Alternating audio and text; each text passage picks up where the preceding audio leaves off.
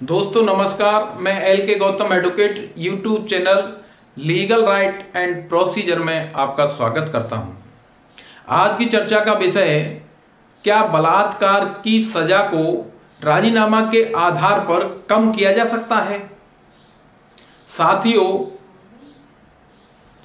अदालतों में अधिकतर मुकदमे बलात्कार के दाखिल किए जा रहे हैं।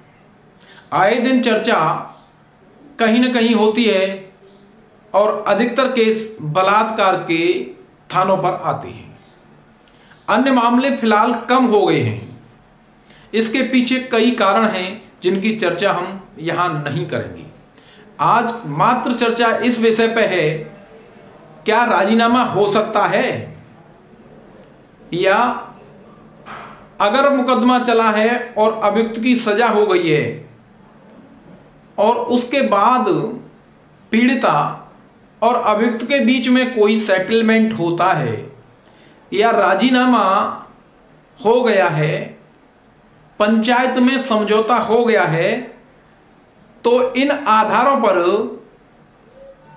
पंचायती फैसले के आधार पर अदालत में राजीनामा दाखिल करके उसकी सजा को कम कराया जा सकता है। आज इस पर चर्चा करते हैं और आपके सामने रखने का प्रयास करते हैं। चूंकि अक्सर प्रयास होते हैं, पंचायतें करती हैं, रिश्तेदार करते हैं, पड़ोसी करते हैं, भाई राजीनामा हो जाए, और उसके लिए बड़ी एक्सरसाइज होती है और उन राजीनामा के पीछे कुछ और भी प्रलोभन होते हैं। इन प्रलोभनों के चक्कर में कई बार झूठे मामले आ जाते हैं और उनमें निर्दोष व्यक्ति पिस जाता है, परिवार उजड़ जाते हैं।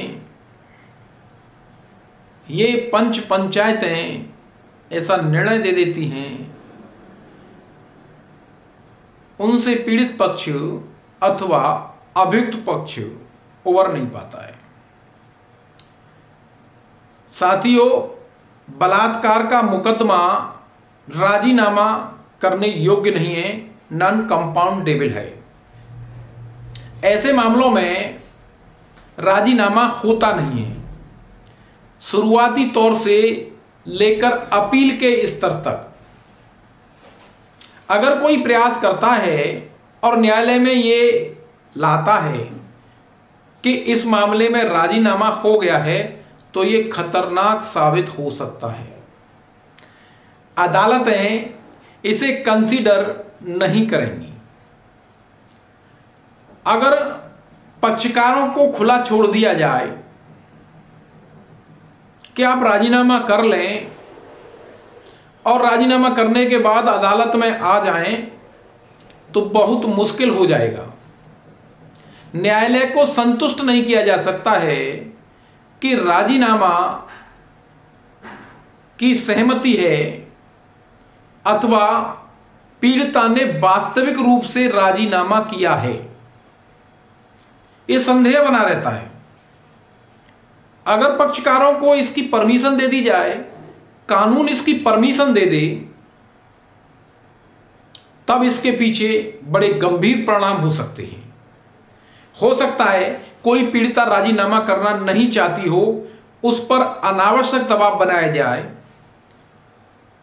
उसको प्रलोभन दिए जाएं और किसी भी तरह राजीनामा करके उसे अदालत लाया जाए, तो ये न्याय के हित में नहीं होगा। इसीलिए ऐसे मामलों में और ऐसे प्रस्तावों को अदालत खारिज कर देती है। चूंकि अभियुक्त बचने के लिए सारे प्रयास कर सकता है, सभी संसाधनों का प्रयोग कर सकता है। ऐसी व्यवस्था खतरनाक साबित हो सकती है।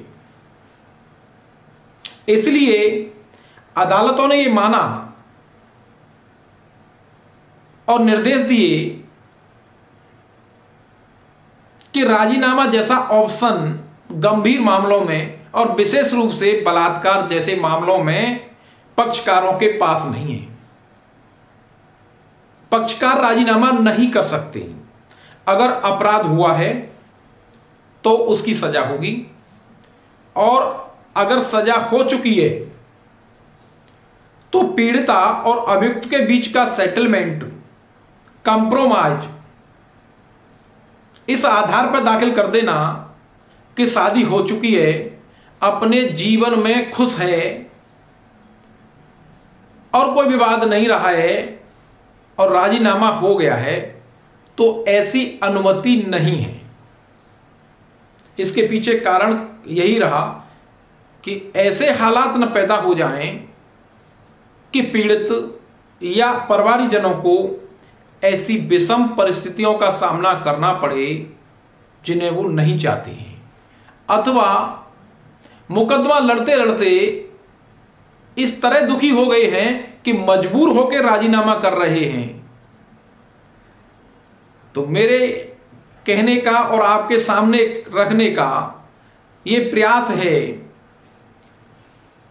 कि राजीनामा बलात्कार जैसे मामलों में नहीं होता है और राजीनामा के आधार पर सजाएं कम नहीं होती हैं।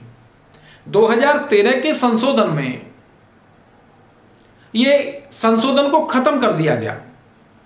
376 उपधारा 2 के परंतुक में यह था कि अगर विशेष कारण हैं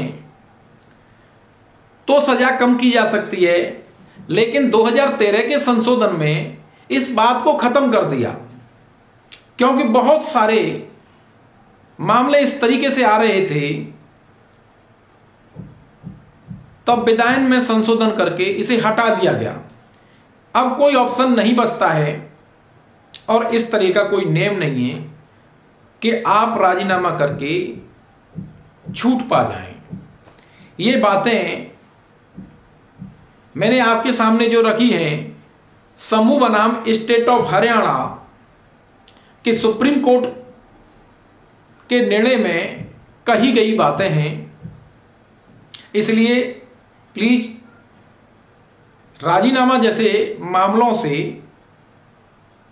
पंचायतें, अभियुक्त दूर रहें, क्योंकि ये ऐसे कदम आपके लिए न्यायालय की नजर में खतरनाक साबित हो सकते हैं। धन्यवाद। आपके कमेंट्स का मैं इंतजार करूंगा। प्लीज आप लाइक, सब्सक्राइब, कमेंट अवश्य करें। पुनः धन्यवाद।